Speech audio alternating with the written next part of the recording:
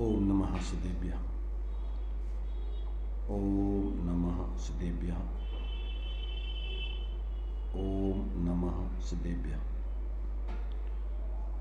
मंगलम भगवान वीरो मंगलम गौतमो मुनि मंगलम कुंद कुंदाद्यो जैन धर्मोस्तु मंगलम सर्वमंगल मांगल्यम सर्वकल्याणकारकम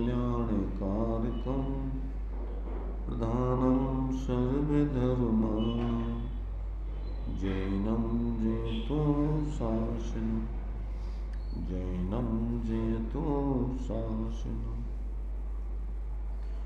सकल विभाव अभाव कर किया आत्म कल्याण परमानंद सुबोधमय नमो सेत भगवान आत्म सिद्धि के मार्ग का जिसमें सुभग विधान उस समाधियुत तंत्र का करूं सुगम व्याख्यान।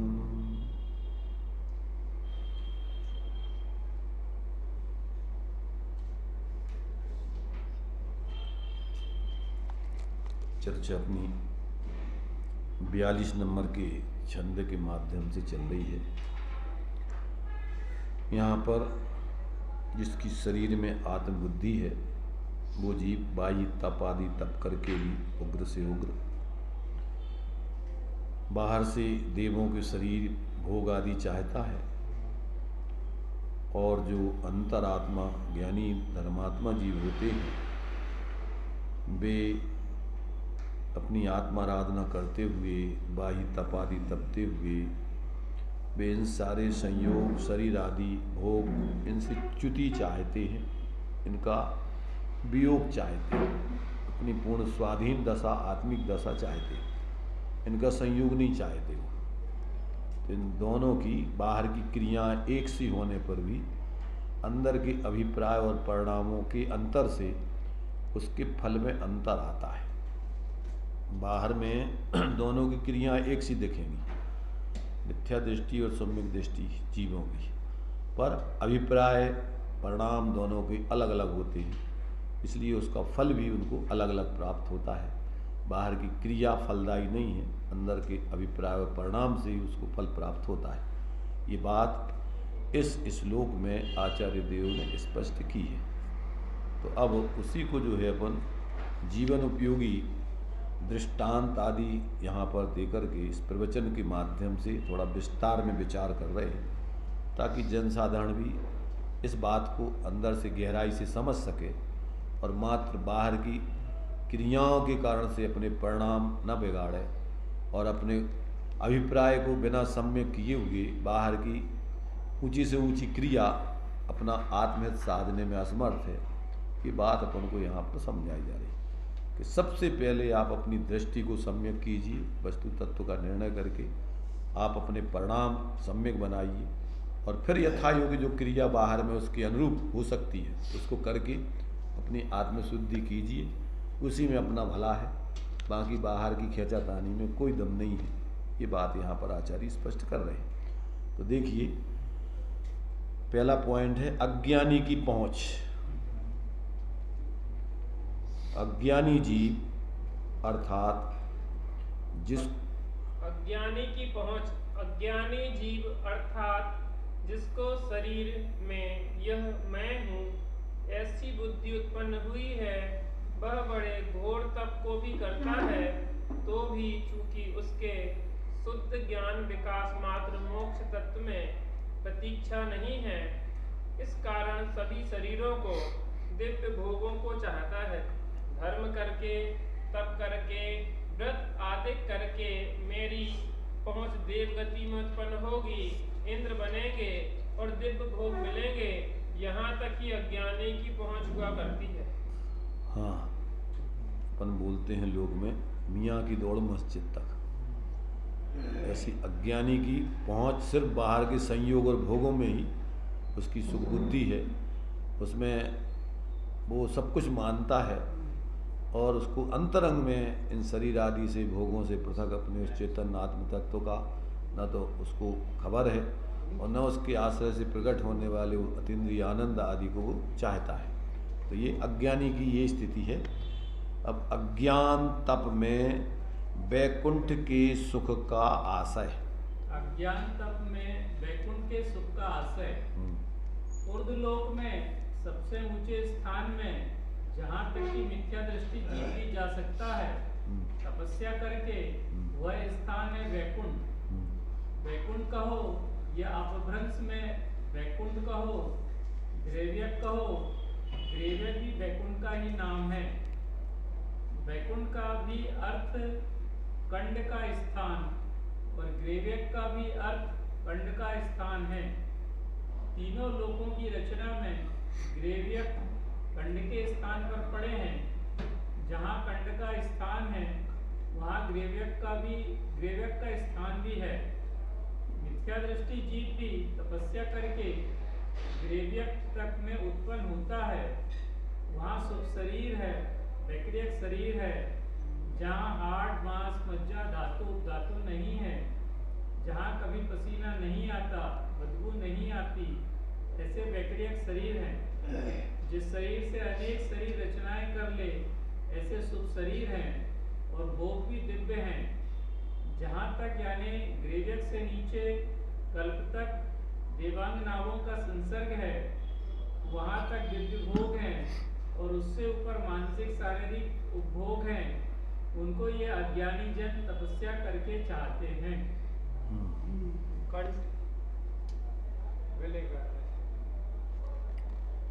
यहाँ अन्य लोगों में ऐसी मान्यता है कि अगर अपन तपस्या आदि करेंगे तो वैकुंठ में पहुँच जाएंगे। वैकुंठ का मतलब होता है ग्रीवा, जो 9 ग्रीवक होते हैं, वहाँ तक ही मिथ्या दृष्टि की पहुँच है।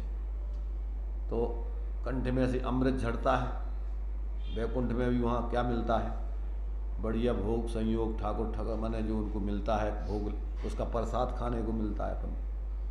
तो ऐसी जो मान्यता है, तो वो कहते हैं कि जो अज्ञानी हैं तो उनका जो है कंठ के सुख माने रसना इंद्रिय के सुख आदि है, पंच इंद्रियों के सुख आदि, इसी को वो सुख मानते हैं। बाकी आत्मिक सुख वो जानते नहीं। इसलिए वहाँ उनके लिए बढ़िया ना ये हाड़ मांस वाले शरीर हैं, बढ़िया अनेक प्रकार की रचना शरीर की भी कर सकते हैं इत्यादि रूप से। ये सब ये बता रहा है कि जो अज्ञानी जीव हैं उनको उस तप में वो ग्रेविक तक के स्थान तक जाने की व्यवस्था है और वहाँ उनको कंठ से अमृत झरने का जो सुख है उसी को वो सुख मानते हैं। आंतरिक आत्मिक सुख वो नहीं जानते। तो इस प्रकार से ये अज्ञानी का मन एक प्रकार से सुख की कल्पना और अज्ञानी की पहुँच कहाँ तक होती है वो बात यहाँ बताई गई। अब पूंजी में बहुत कम मांग की पूर्ति। पूंजी में बहुत कम मांग की पूर्ति। जैसे किसी के पास धन बहुत है, कोई लखपति है और वह किसी से 100 रुपये उधार मांगे तो जो चाहे दे देता है। हैसियत से अधिक कोई उधार चाहे तो उसे कैसे मिलेगा?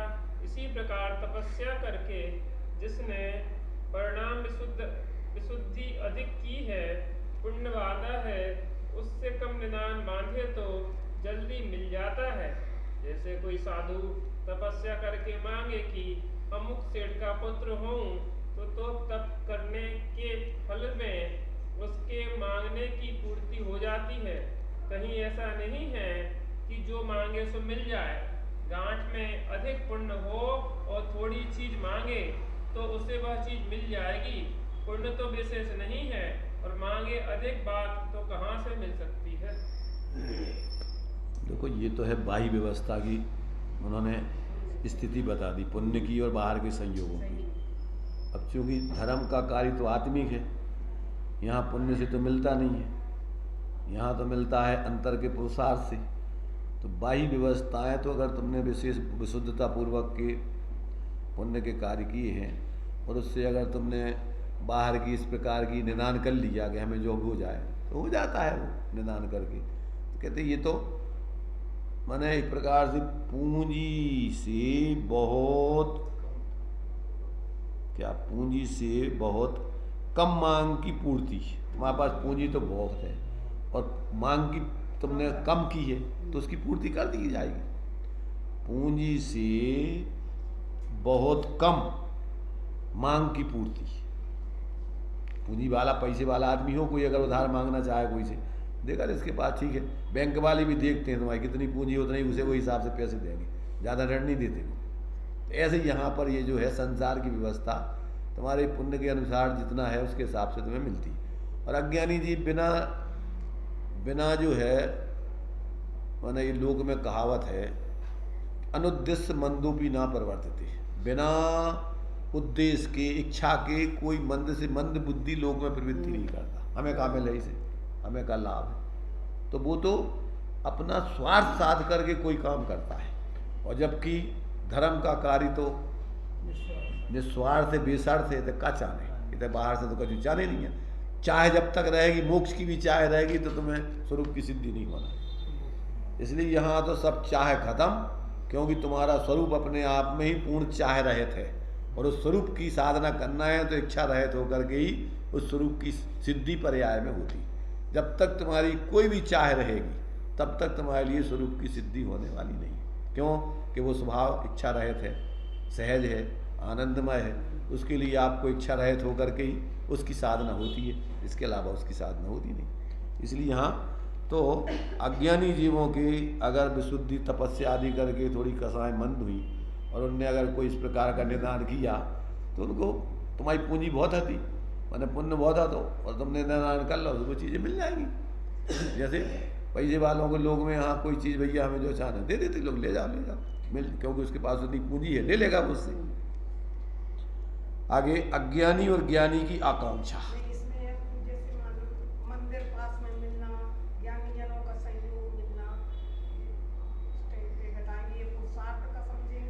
देखो ये भी सब अपने लिए, सब उस जाति के पुण्य के उदय से सारे संयोग मिलते हैं। बाहर के जितने भी संयोग हैं वो सब पुण्य के उदय से मिलते हैं। धर्म से तो तुम्हें पुरुषार्थ पूर्वक अपने स्वरूप की आराधना होती है, उसमें पुण्य के उदय से नहीं मिलता है।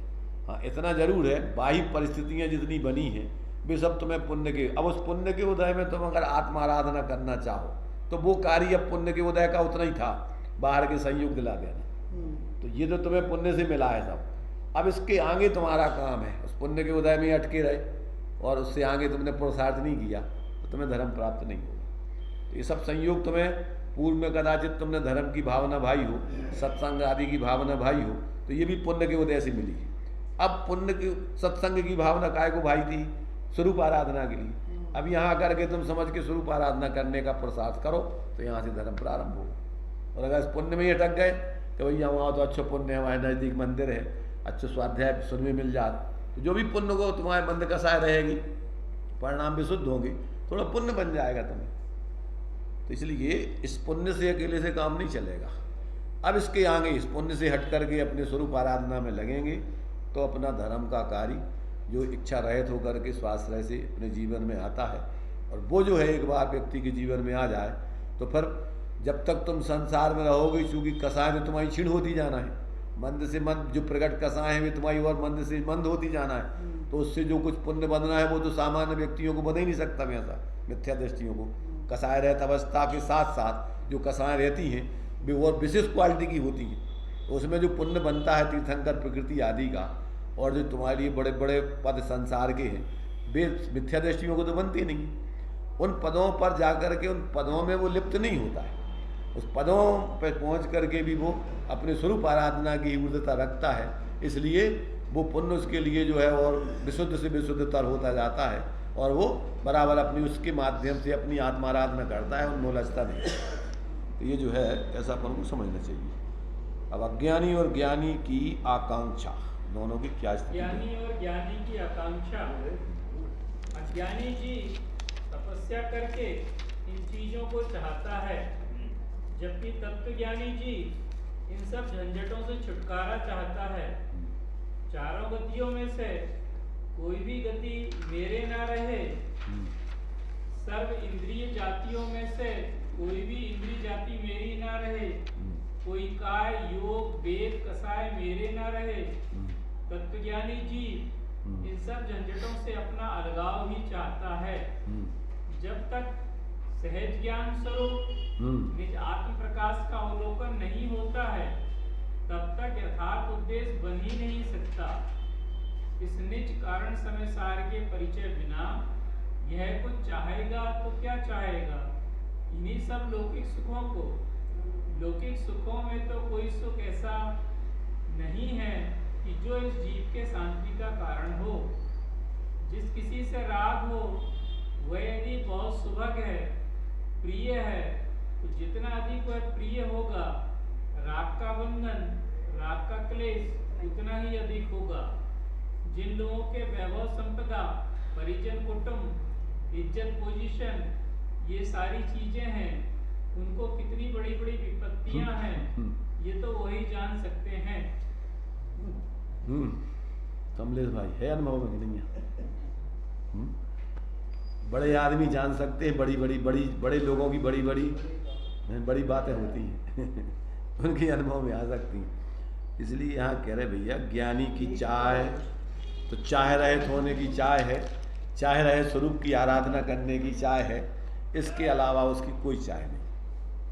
अगर ज्ञानी की चाह है तो चाह रहित होने की चाह है, इच्छा है तो इच्छा रहित होने की इच्छा है, और कोई इच्छा नहीं उसकी। और अज्ञानी ये सारे बाहर के संयोग, भोग, विलास, इज्जत, आबरू, पद, पैसा, प्रतिष्ठा, प्रशंसा, प्रसिद्धि, प्रतिस्पर्धा, इनमें लगा रहता है। रात में परेशान है, हैरान है। जितना बड़ा प्रतिस्पर्धी, जितना बड़ा बाहर का पद, उतनी ज़्यादा समस्या है, उतनी ज़्यादा बेचैनी, उतनी बड़ी जिम्मेदारी।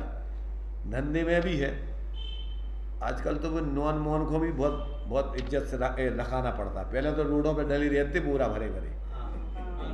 जितना मोटा धंधा उतनी निश्चिंतता, और जितना सूक्ष्म धंधा रत्न वाले हैं, तो रत्न वाले उनकी आंखें ये समझ लो कि चैन से वे दुकान में बैठ नहीं सकते।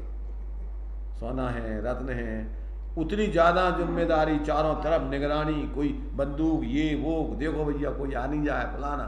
और मोटे धंधे वालों आएगा तो कल ले दे हमारे तो इसलिए जितनी ऊंची दुकान बाहर में, उतनी समस्या खड़ी है। लगता है ऐसा व्यक्ति को, अरे साहब ये तो बहुत है इनका। देखो वैसे ही एक उसका पढ़ रहे थे, वेदांता ग्रुप का मालिक है अनिल अग्रवाल। वो अपनी बात में कह रहा है कि पहले जब पैसा कम था, घर जाते थे तो कम से कम पत्नी साथ में भोजन करती थी। अब घर जाते तो सिर्फ 2 कुत्ते मिलते और कोई नहीं मिलता।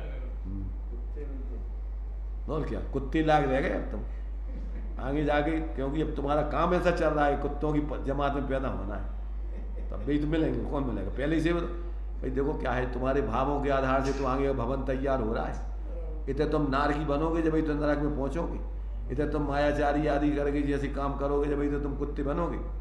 हमको बताया ना भावों का, माया त्रज्ञो न से बहुआरम परिग्रहत्वम नारकस्य उषा अल्पारम परिग्रहत्वम मानुषस्य, और सराग संयम संयम अकाम नजरा बालता फांसी देवस से सम्यक्तम चे।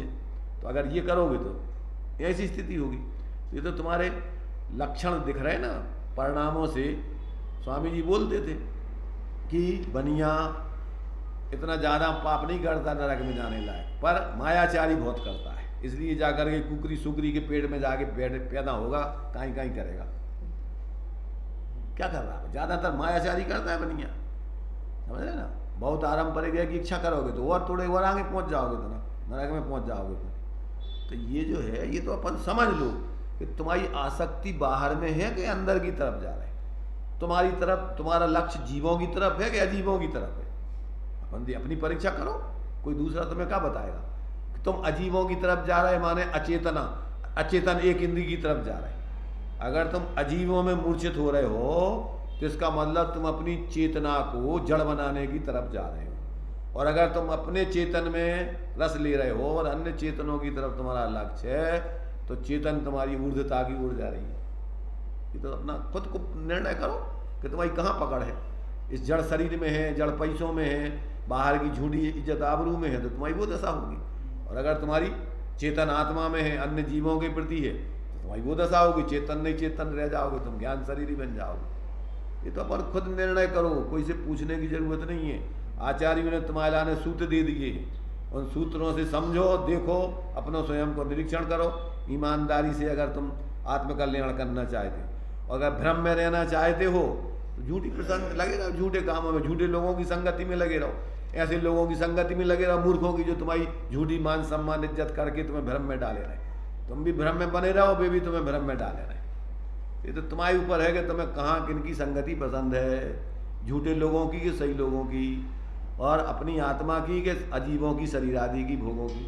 अभी तो खुद निर्णय करो, इससे तुम्हारा खुद का तुम्हें पता पड़ेगा।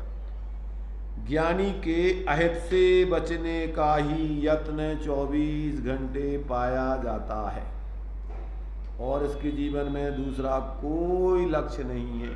क्या चाहता है वो?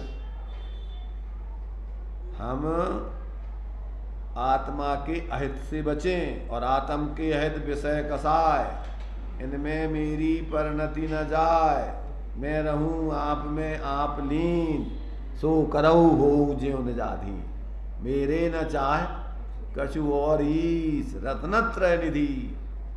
बस मुझे तो वो चाहिए, और एक ही चाह है मेरी, और दूसरी कोई चाह नहीं। अब देखो अपन कि रेडीमेड बोलते हैं कि अंदर की अपनी चाह है।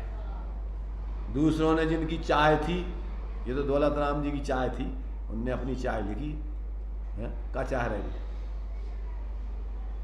पशु नारक नर सुरगति मझार, भव धर धर मरियो अनंत बार, अब काल लब्धि बल तें दयाल, तुम दर्शन पायो भयो खुशाल, मन शांत भयो मिठ छकल द्वंद, चाख्यो स्वातम रस दुख निकंद, ताते अब ऐसी करहु नाथ, बिछरे न कभी निज शरण नाथ, तुम शरण नाथ, शुद्धा तमरु पंच गुरु, जग में शरणा दो, मोहोदय जिये के वृथा आन कल्पना हो। तो या तो अपने स्वरूप की आराधना चाहता है, और या फिर स्वरूप आराधक पंच परमेश्वरियों के सानिध्य चाहता है व्यवहार में, और तो वो चाहता नहीं ज्ञानी। अब अज्ञानी देखो क्या चाहता है। इसलिए ज्ञानियों की मात्र एक ही चाह है। अभी आपने ये मेन बात हम सुन नहीं पाया, आपने कहा जो जड़ पे जो डूब जाता है तो जी जड़ पे ज्यादा संग्रह या जड़ पे ज्यादा झुकता है, वो मेन बात नहीं सुन पाया। नहीं, क्या नहीं सुन पाई मेन बात हमने? आपने अभी बोला था बिल्कुल, तो मेन बात अब उसमें सुन लेना, देखो उसमें हो जाती फिर। जो जीव जड़ पे ज्यादा, हम ये कह रहे हैं जो जड़ पे, वो आगे शायद यही नहीं कहना कि सुन। जड़ हो जाता है, नहीं जड़ सुन ही हो जाता है, एक इंद्रिय आदि हो जाता एक है। इंद्रिय आदि हो जाता है। भाई, वो तो चेतना तुम्हारी सुप्त होती जाएगी, जड़ जैसे हो जाओगी, और क्या होगा जैसे हो जाए भाई? जड़ को चाहोगे तो जड़ ही जैसी तुम्हारी दशा हो जाएगी, और चेतन को चाहोगे तो ज्ञान शरीर ही बन के चेतन हो जाओगे। ये तो तुम्हारे ऊपर है। कौन जीव मानता है? जो चाहता है जो कुछ भी वो इसको मिलेगा। तो अपनी जो है जीवन में देखो कि अपनी चाह क्या चल रही है। ज्ञानी क्या चाहते हैं? आत्म भावना भावते भावते जीव लहे, केवल ज्ञान रे, ज्ञान स्वरूप हो जाता है। और अज्ञानी जो चाह रहा है तो वो वैसी दशा हो जाती है उसकी। चार गति में घुमाने वाला तुम्हारी चाह तो ही है, कौन तुम्हें घुमा रहा है ये तो बताओ, खुद समझ लो। इसलिए भाई ज्ञानियों की अब सोच लो, अगर अपन को ज्ञानी बनना है तो ज्ञानियों की क्या चाह है उसकी लाइन में खड़े हो जाओ। और अगर तुम्हारे लाने अज्ञानी बने रहना है तो अब उसके लिए कहने की जरूरत ही नहीं है। अनादिकाल से तुम खुद परिचित हो, सुत परिचितान भूदा, सब बस भी काम भोग बंद कथा। इसको तो तुम्हें बताने की जरूरत ही नहीं है, तुम खुद अनुभूत हो, उससे परिचित हो, रात दिन वही कर ही रहे हो।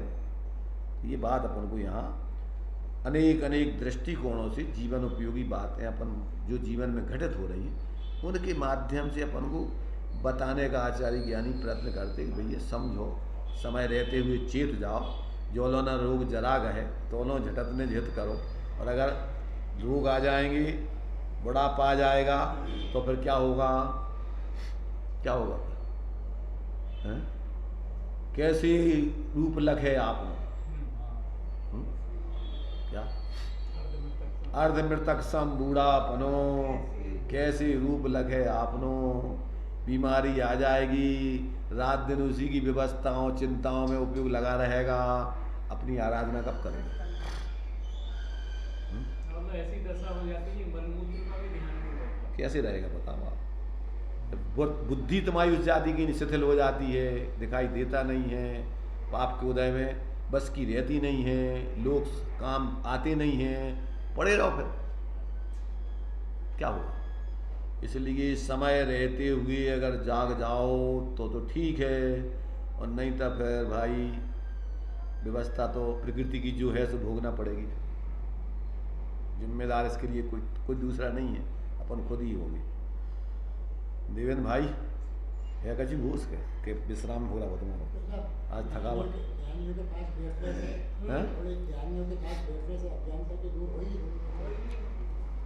देखो व्यवहार से तो ऐसे ही कहा जाएगा, परमार्थ से तो ज्ञानियों के सानिध्य में बैठने से, देखो परमार्थ से तो ज्ञानियों के सानिध्य में बैठने से अज्ञानता दूर नहीं होगी, अज्ञानता दूर करने की तुम्हें प्रेरणा मिल सकती है, पर अज्ञानता दूर तो तुम अपने अंदर में ज्ञान स्वरूप आत्मा की आराधना करोगे तो अज्ञानता दूर होगी, इसके अलावा और कोई दूसरा उपाय नहीं है।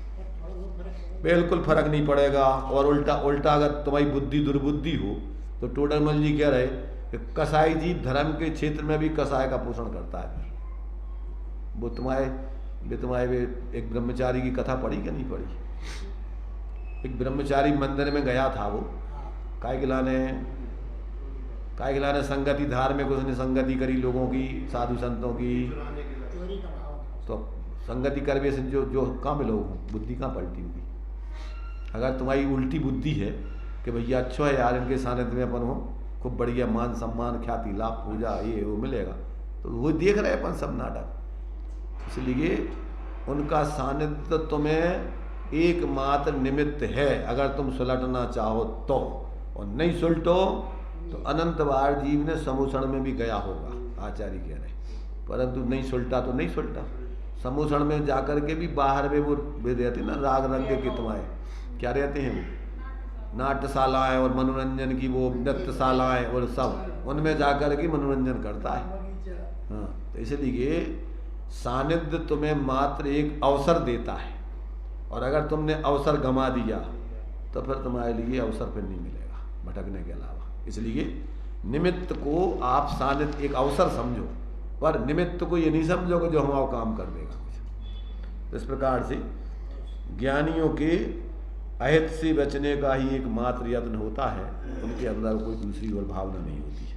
ज्ञानी के अहित से बचाव का यत्न और भी देखो भैया, जैसे कोई विडंबना हो जाने पर यह पुरुष उससे बचना चाहता है, प्रभु से मनोती भी मनाता है, कुछ धर्म ज्ञान में भी जी चाहता है, ऐसे ही तत्वज्ञानी पुरुष समृद्धि मिलने पर, प्रशंसा मिलने पर, हर प्रकार के लोक सम्मान मिलने पर यह उन्हें विपदा समझकर उनसे बचना चाहता है और निसंग आत्म तत्व की शरण में आना चाहता है।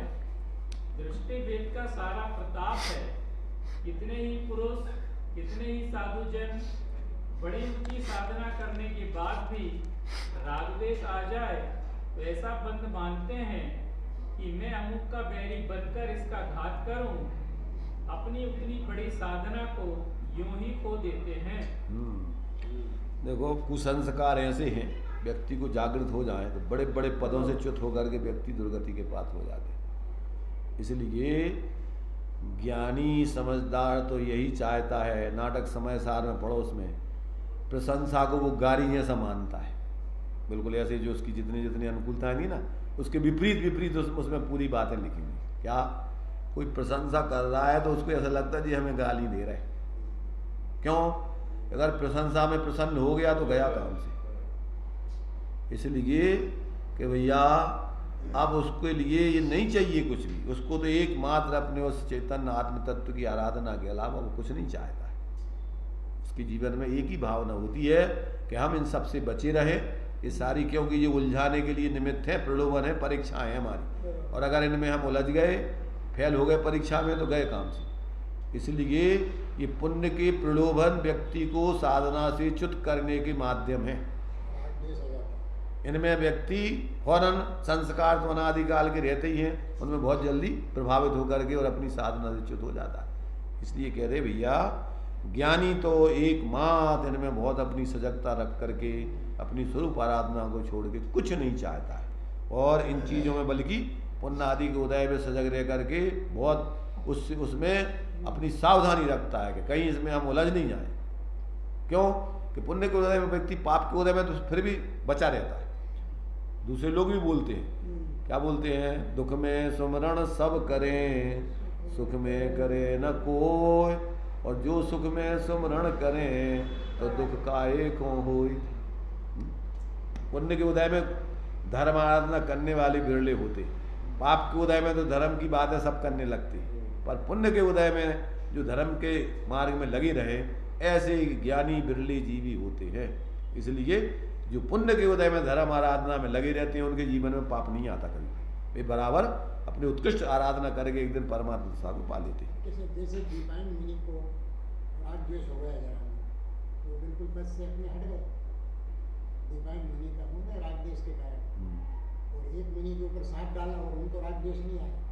तो क्या मुनि में भी मतलब वो भी छायक सम्य दृष्टि थे, दोनों मुनि भावलिंगी थे। शायक नहीं थे, शायक होते तो मिथ्या भावलिंगी से तो ना। देखो सम्यक असंख्यातों बाहर उपसम क्षय उपसम छूट सकता है, पंचम गुण स्थान भी असंख्यातों बाहर छूट सकता है, मुनिराज का पद भी 31 बार छूट सकता है, 32वें बार में भी नियम से मोक्ष जाए। हाँ भावलिंगी सब, तो भावलिंगी पना भी अनेकों बार अगर सावधान नहीं रहोगे तो च्युत हो जाओगे, उसमें क्या हुआ। इसलिए वे च्युत हो गए, अब आगे जाके फिर हाँ जो भी हो, अगर च्युत नहीं होंगे तो आराधना होगी, और च्युत हो जाओगे तो फिर नीचे आ जाओगे, उसमें क्या है। तो ये सब व्यवस्थाएं जब तक आप पूर्ण अपनी वीतराग दशा नहीं पाओगे तब तक ये सब सावधानी रखने की जरूरत है। और अगर आप सजग नहीं रहोगे तो रास्ते पे तो कहीं भी अपन देखते ही हैं, इतनी अपने लिए दुर्घटनाएं घटाने की वो सजगता के अपने लिए सिग्नल दिए जाते हैं सावधानी, कि सावधानी हटी और दुर्घटना घटी। मार्ग है, जब तक मंजिल पे नहीं पहुंचे तब तक सावधानी की जरूरत है। अब आगे देते हैं कि हमारी आपकी साधना अब कैसी है, इसके बारे में सोचो, थोड़ा विचार करो। आपकी साधना, हम और आप भी धर्म के लिए जितना जो कुछ करते हैं वह सब एक साधना है। उस साधना में हमारी कसाएं मंद हो और उस साधना के एवज में हम दूसरों का कुछ न चाहें, ये दो बातें रहे तो हमारी यह धर्म साधना है। पूजा करना, सामायिक करना, स्वाध्याय करना आदि जो कुछ भी धर्म साधना किया करते हैं वह लाभदायक है।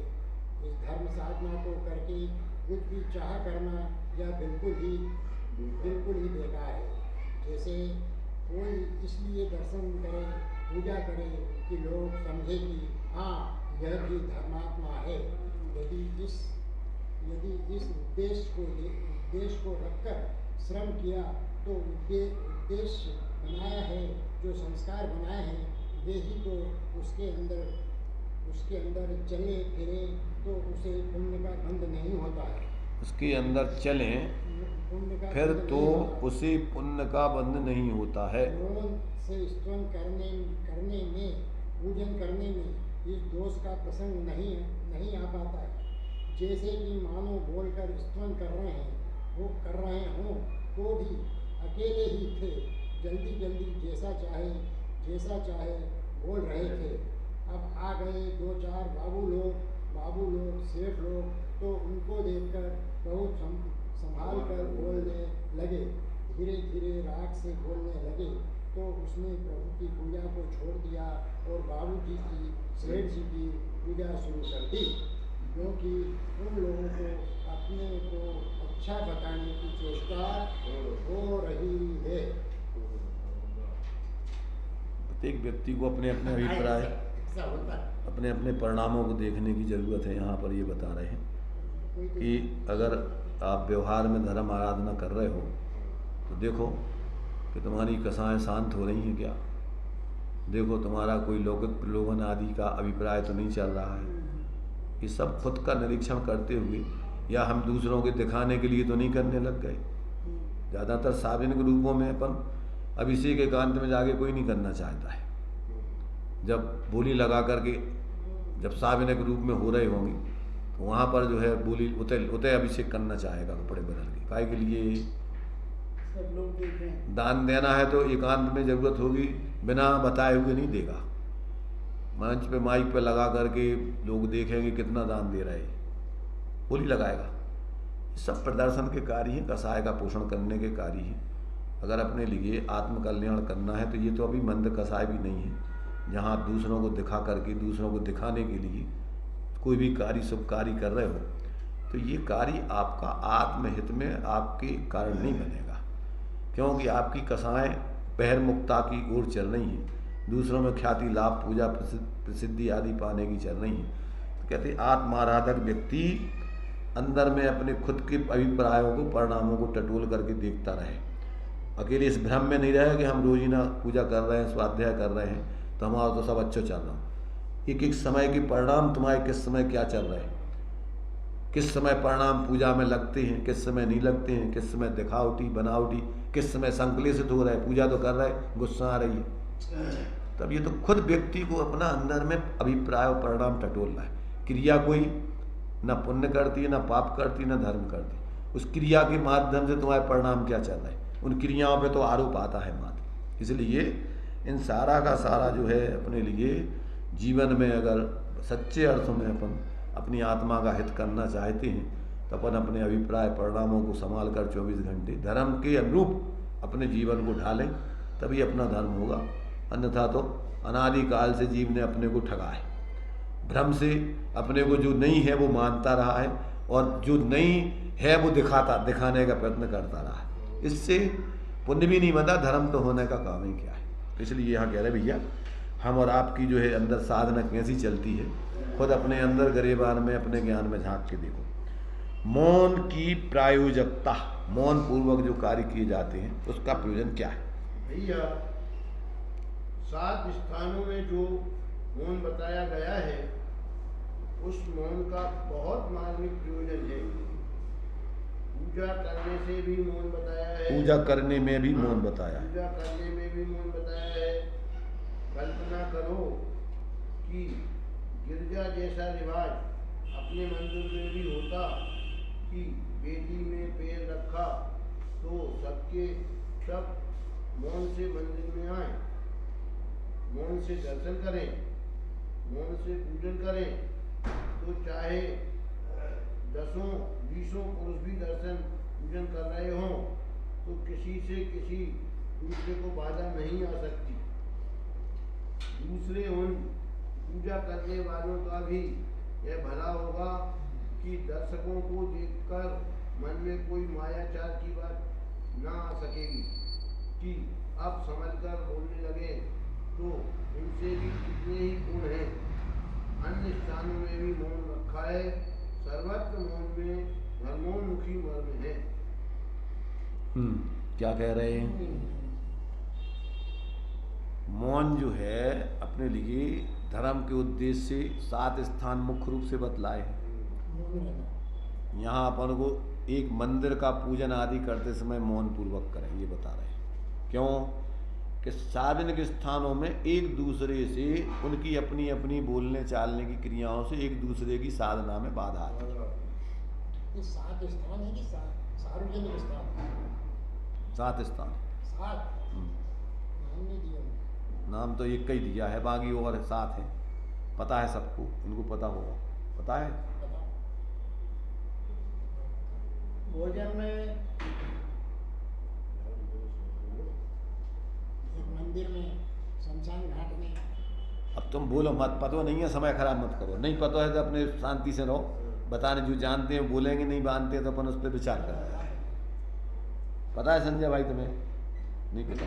किसी को पता है क्या 7 स्थान कौन सी मौन की? राकेश भाई तुम्हें पता? 4-5 की मान लोगे, चलो 5 ही बताओ। ठीक है,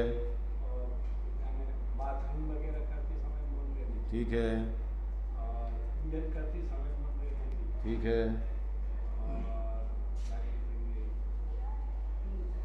दो व्यक्ति बोल रहे हो तो बीच में नहीं बोलने जी तो तुम्हारी तरफ है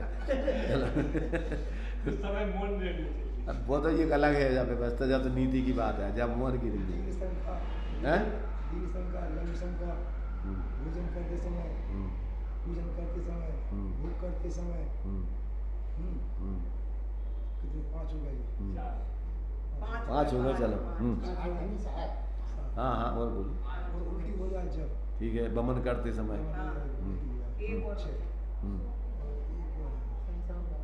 नहीं समझा नहीं। 6 हो गए। 6 हो गए। तो कितने स्थान हो गए?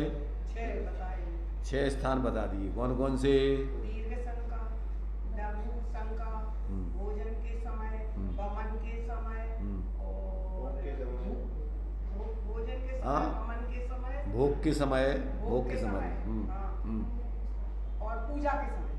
6 बताए, 6 स्वाध्याय के समय, 7 स्वाध्याय के समय में बोल रहे हैं। 7 हो गए, 7। तो अपने लिए जो है मैंने जिन जिन स्थानों से एक दूसरे के लिए, एक दूसरे के और एक अपने लिए एक नैतिक व्यवस्था है। माने तुम्हारी कसायों की वहाँ पर जो है, माने जहाँ अपनी कसाएं हो रही हैं तो वहाँ अपन को शांत करने के लिए वो मौन रह करके उनको माने जाने अपन अपने उसको, और सजग रह करके अपनी अंदर में परिणामों की शुद्धि करें। और एक प्रकार से ये सोच लो कि जहाँ अपनी तरफ से ही विचार करो, पर जहाँ कसाएं बढ़ती हों वहाँ मौन रहना चाहिए। बोलने से, जहाँ बोलने से अपनी कसाएं बढ़ती हों एक दूसरे की, तो वहाँ अपन मौन रहें, बोला नहीं फालतू, कम से कम बोलेंगे आपस में, ये संवाद नहीं होगा। इसलिए अपन को बुद्धिपूर्वक ये अपन समझते हैं कि भैया थे अब अपन दिया ही है माध्यस्थ भावम विपरीत वृत्तम, जहाँ एक दूसरे के विचार नहीं मिलते हो तो मौन रहो, वहाँ बात मत करो। क्या फ़ायदा उससे बात करने से? एक दूसरे को सुनने ही नहीं, उल्टी जाना है। इसलिए बहुत सारी चीज़ें हैं कि जो अपन को समझने लायक। मंदिर में जो इतनी जोर जोर से पूजा करते हैं, वो बता रहे ना इसमें, स्पीकर वगैरह लगा हैं? देते हैं। हम ये कह रहे देखो भाई, ये बता ही तो रहे ना इसमें कि अपने लिए पहली चीज़ तो गवर्नमेंट की तरफ से ये निषेध है। आप दूसरा सुनने नहीं चाहेगा, सामने पड़ोस में बीमार है तो मुँह जोर जोर से लाउड स्पीकर लगा के बोल रहे हैं, वो बेचारा बहुत परेशान हो रहा है। किसको सुना रहे तुम? अरे भाई तुम्हें अपनी सुधार करना है कि दुनिया के लिए सुधार के लिए? तो वो तो सार्वजनिक रूप में जब तुम्हारा कोई कार्यक्रम हो रहा है और जब आपने जो वो ले ली है तो वो एक अलग चीज़ हो गई, परंतु व्यक्तिगत रूप में आपके लिए मौन रह करके आप अपनी आराधना कीजिए, एक दूसरे को डिस्टर्ब नहीं। ये मौन जो रहने का कहा पूजा में, तो मौन कैसे पूजा हो? बताओ तो, बताओ। पूजा कैसे कहते हैं? किताब है जो शास्त्र पूजा पढ़ रहा है, हाँ। तो मन में तो पढ़ना पड़ेगी, मौन कहाँ रहे? उसी को मौन मौन मौन माने का को मन को निषेध कर रहे हैं कि बोलवे को निषेध कर रहे हैं? मौन कह रहे हैं कि मौन रहो। मौन किसे कहते हैं? तो बोलो मौन मत। बोलो मत, बस यही कह रहे हैं ना। मन में सोचने का निषेध तो नहीं है, बोलना शब्द चिंतन करने का निषेध तो नहीं है। शब्द उच्चारण धीरे से जो करना पड़ेंगे ना, कैसे करें? उच्चारण काय को करना पड़ेंगे? उच्चारण करना जरूरी है क्या? आप पढ़ते जा रहे हैं, चिंतन करते जा रहे हैं, बस ठीक है। अब इसमें अटपट तमाम ये लिखा है, तो इसको मतलब शब्द को बोलना, जीवन से वो- बोलना तो पड़ेगा ना। नहीं बोलना पड़ेगा, अंतर जवाब से काय को बोलना पड़ेगा? बिना बोले भी तो पढ़ लेते हैं पूरा। भाई पेज पूरा, जैसे अभी हम पढ़ रहे हैं और आप पढ़ रहे हैं, तो आप बिना बोले भी अच्छा चलो, इधर इधर इधर इतने लोग एक जने बोल रहा हो, बाकी सब अंदर बोल रहे हैं क्या? सब सुन ही रहे, कहाँ बोल रहे? ये सुनना हुआ। अरे तो सुनना होगा तो अपन जो अरे ये पढ़ना, सुनो, सुनना पढ़ना देखना बोल रहे का? तुम पढ़ते समय बोल रहे का? जिस समय पढ़ रहे हम बोल रहे, पढ़ रहे। बोलना अलग चीज होता है, पढ़ना अलग चीज होता है। आगे चढ़ाना भगवान हो तो कैसे चढ़ाएं? कैसे चढ़ाए? चढ़ा दोगे तो भगवान भर के चढ़ाना है। हो, क्या करें? फिर वही क्या करें? अरे चढ़ा उठा के आदिनाथ भगवान नहीं का ऐसे कैसे अपन मौन में तो नहीं चढ़ा पाएंगे ना, कैसे चढ़ा? मन उसका अंदर हम ये कह रहे हैं कि सुनो, हम ये कह रहे हैं तुम समझने का प्रयत्न करो तो समझ में आ जाए, और तुमने अब जो धारणा बना रखी है उसे समझो चाहो। सुनो तो तुमने कैसे कैसे कहा, जैसे है वैसे ही वो तो लिखो। अच्छा ये बताओ, ये ग्रंथ झूठे लिखेगा 7 जगह तो मौन होता होगा? सुनो पहले समझने पे प्रयत्न करो, होता होगा पूजा में जब तो लिखो कैसे लिख दो आचार्यों ने? 7 जगह मौन होता होगा, जब लिखो कैसे लिख दो? फिर वही सोच में हम तो ये कह रहे हैं, पहले सुनो, हम रह सकते हैं, हम पर- अरे हम ये कह रहे हैं, पहले ये बताओ जो लिखा है इनने सही लिखा कि झूठी लिखा, सही लिखा। तो अब तुम्हें समझना है कि हम नहीं? जैसे मोहन नहीं है, हम पूछ रहे हैं आपसे। चलो बता रहे हैं, बता हम- सुनो। तुम्हारा मोहन हम कैसे, हम मोहन रह सका, तुम्हारा मोहन हम कैसे रखा सकत तुम्हें? नहीं, तुम्हारा मोहन हम कैसे रखा सकत, ये तो अरे बताओ। मन में ही बोल के छोड़ा दो, दूसरे को डिस्टर्ब नहीं हो, दूसरा डिस्टर्ब अरे करना है। तुम मत समझाओ भाई, बे समझाए वाले हैं, तुम मत समझाओ दूसरों को, समझ रहे? वे जो है बहुत लोगों को समझा चुके अब तक, परंतु वे समझे नहीं है, इसलिए उनको समझ में नहीं आई। भाई उनने समझाने का प्रयत्न किया है, समझने का प्रयत्न नहीं किया। अगर समझ गए होते तो पूछते ही नहीं, समझ में नहीं आया ना अभी तक, तो वही तो अब कैसे आएगा समझ में? अब हम मोहन कैसे रहते? वही तो हम कह रहे हैं कि मौन रहोगे जब समझ में आएगा, जब मौन नहीं रहोगे तो समझ में नहीं आएगा। तो जब मौन रह करके समझने का प्रयत्न करोगे तो समझ में आएगा, तो बोलते रहोगे तो समझ में नहीं आएगा। नहीं छोड़ो काय को, समझना है, समझने के लाने आए भाई हैं साहब तो। ये कह रहे छोड़ दो। छोड़ो नहीं, समझ लो अंदर में, समझना, मौन रह करके पढ़ के देखना तुम, और तुम मौन रह करके पढ़ सकोगे और फिर समझ में आ जाएगा कि हाँ हो सकता है। पहरा पढ़ के देखो ना मोहन भाई को, मतलब मुंह से आवाज नहीं निकल देखो रही। जैसे बताया है मोहन के लिए भाई साहब, स्थापना करना। वो मन में तो सारी बोल सकते हैं। हम बताए कुछ संभव। नहीं, संभव नहीं है। अरे इतने लोग जो है, अगर सुनो सार्वजनिक रूप में अगर ये ऐसा करने लगे, जो अपन देखा 10 लक्षण में जो बाजार भर जाते, अंदर बहुत परिणाम बिगड़ते लोगों के। बे तीव्रता से कर रहा है, बे और तीव्रता से कर रहा है, बे चिल्ला रहा है, बे रत्नत्रयी कर रहा है, बे पंचमेरु की कर रहा है, बे 10 लक्षण की कर रहा है, बाजार लगता बाजार। ये सार्वजनिक स्थानों में इसलिए कहा कि मौन रह करके अपनी अपनी पूजन करो, एक दूसरे को डिस्टर्ब नहीं होगा। अपने से किसी दूसरे को डिस्टर्ब ना हो। और क्या कह रहा है भाई? अब जिनको करने ही नहीं है, उसको तो कोई मतलब ही नहीं। अकेले हो तो बोल लो। नहीं, अकेले हो तो अभी शांति से देखो, अपन को जितना शांति से मौन रहकर बोलने में शांति रहती है, जोर जोर से बोलने में शांति नहीं मिलती है। आकुलता अपन को उतनी आकुलता होती, जितनी ताकत लगाओगे बोलने में वो ताकत का अपव्यय होता है। अपन मौन में जितनी आराधना होती है, तो जितना मौन में अपन को शांति रहती है, उतनी शांति बोलने में थोड़ी रहती, थक जाती। कितनी देर तक बोलोगे? चलो तुमसे बोलवाए हम, कितनी देर तक बोलोगे? एक ही जने बोलत रहो, तुम विधान बोलत रहो, कोई दूसरा नहीं बोलेगा। आधा घंटा 1 घंटा हो गया बस। अरे आध घंटा 1 घंटा भी लगातार एक साथ नहीं बोल सकते हो।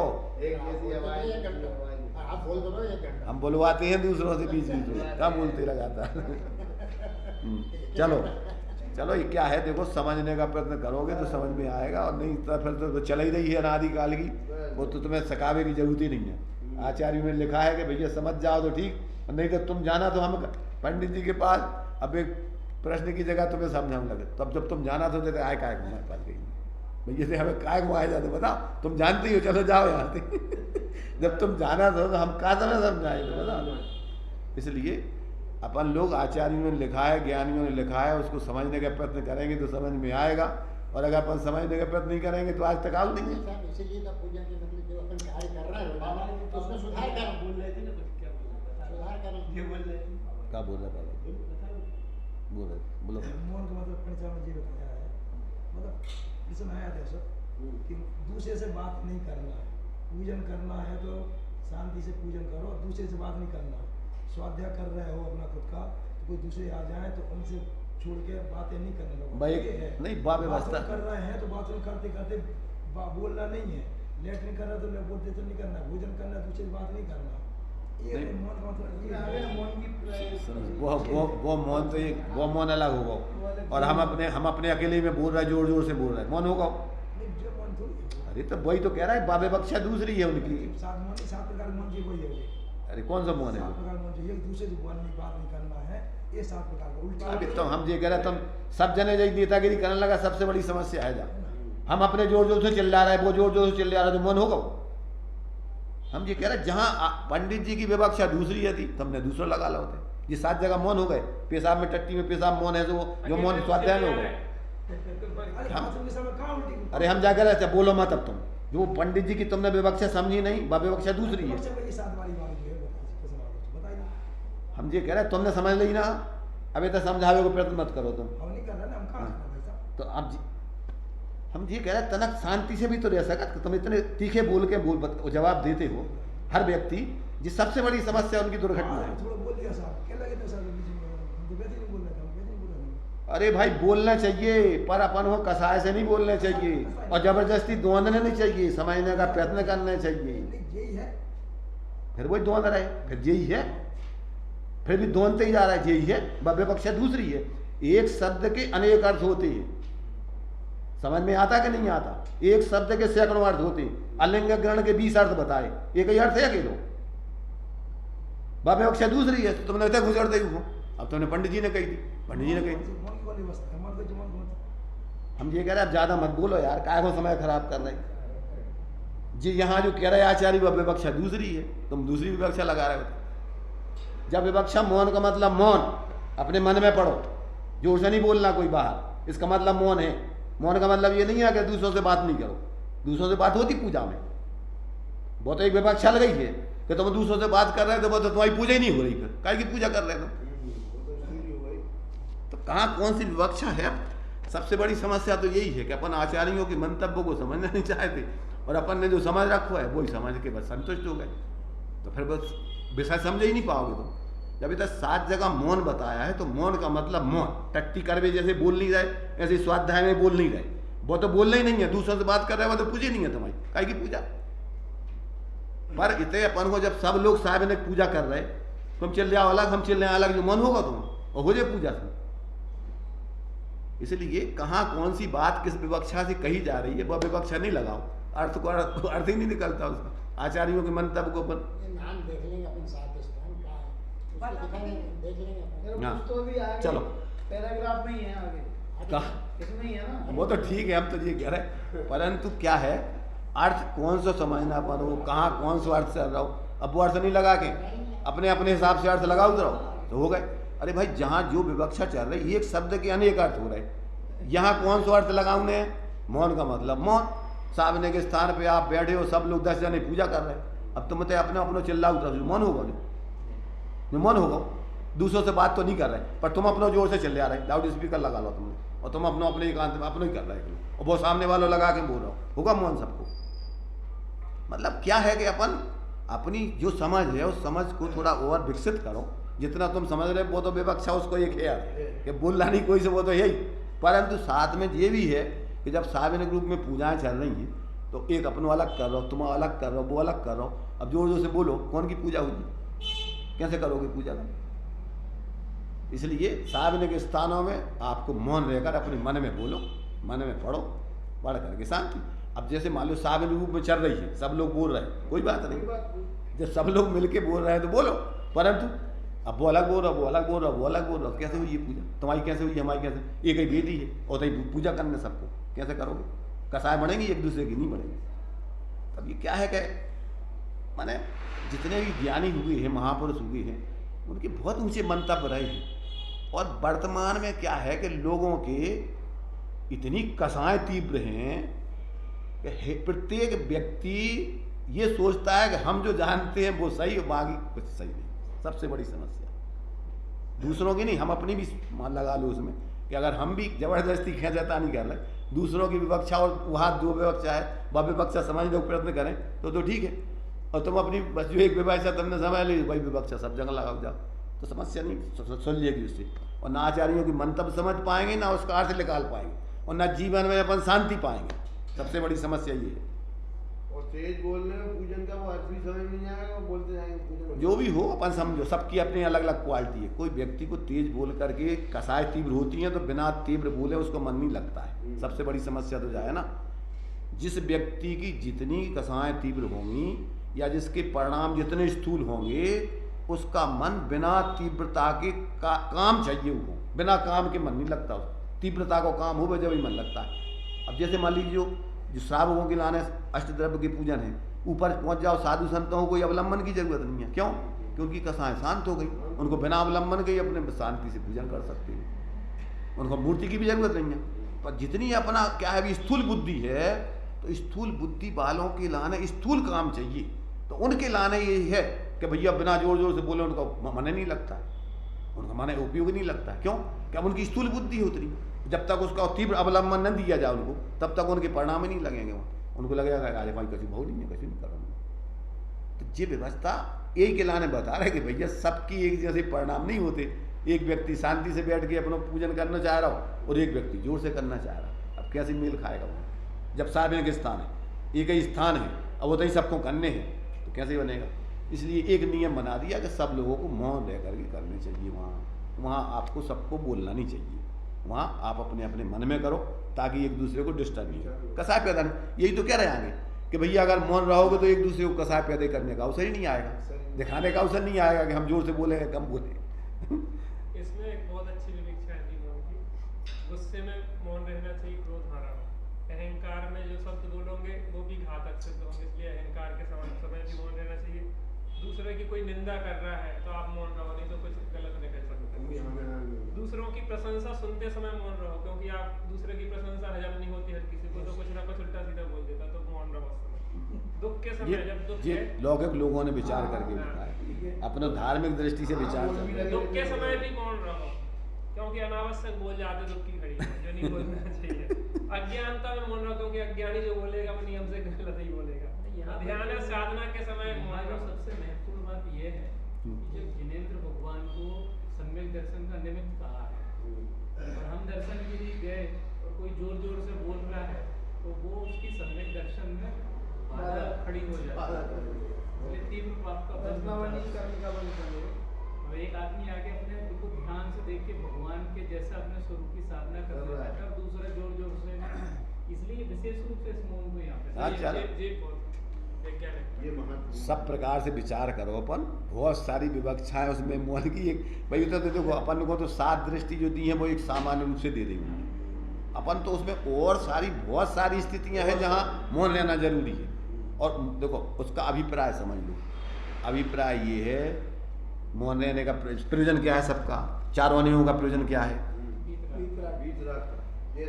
सामने वाले तुम्हारी कसाय नहीं बने, सामने वालों को भी व्यवधान नहीं आवे, एक दूसरे का परोहित होवे, इसके लिए मौन है जरूरत। अगर कसाय नहीं बोलने से कसाय बढ़ रही है तो बोल लो भैया प्रेम से, अब मौन ले, अब ये तो हमसे बोलते ही नहीं है, ये तो बोलते ही नहीं है, बड़े बड़े भैया समझदार बने तो बात बोल लो भैया प्रेम से, भैया क्या बात है। जैसे हमारे कार्य से किसी दूसरे को तकलीफ, हम पूजा कर रहे हैं तो दूसरे पास वाले को तकलीफ नहीं होना चाहिए, अपना इतना उद्देश्य होना चाहिए कि हम पूजा ऐसी करें कि उसको सामने वाले को, ये कोई भी दूसरा दर्शन कर रहा है उसे हमारे जात से तकलीफ ना होना चाहिए, उसके दर्शन में बाधा ना हो, तो ऐसा हम अपने उसमें लाएंगे। अब ऐसा नहीं कि ये आपने कहा तो जैसा भी रोज काम हम करते हैं, हाँ ठीक है, तो मतलब उस हिसाब से समझेंगे। हाँ समझना वही है प्रयत्न आचार्यों का। स्वपरहित का व्यवहार धर्म में स्वपरहित का लक्ष्य होता है कि जिसमें स्व और पर दोनों का हित हो, अहित ना हो।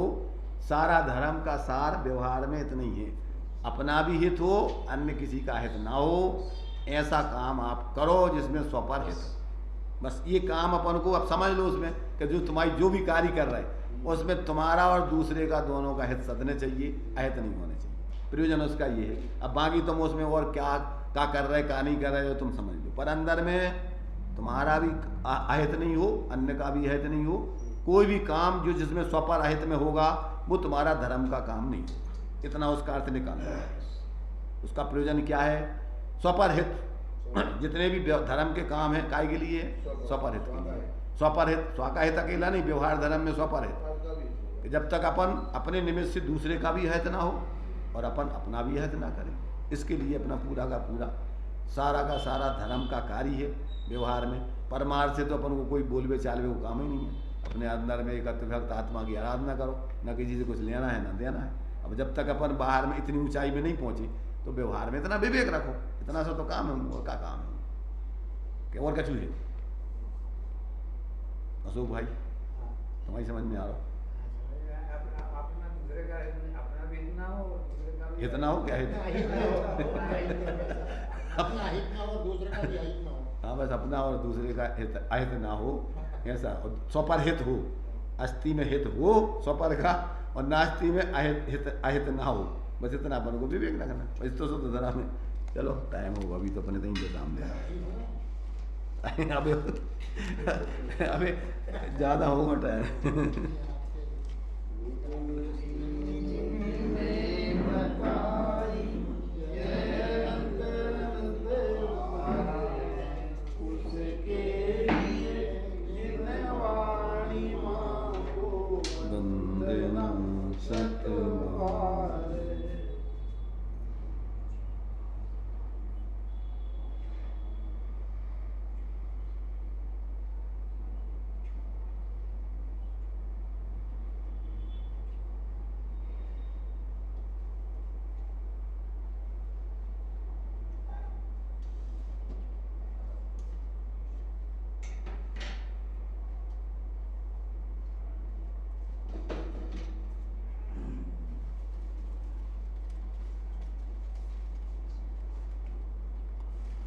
द्वादशांगिन वाणी माता की जय। पंच परमेष्ठी भगवंतों की। चलो अब बोलो मत, अब तुम काय हो जाता, अब तो पीछे पड़ गए, अब तुम वही के पीछे काय पड़ गए।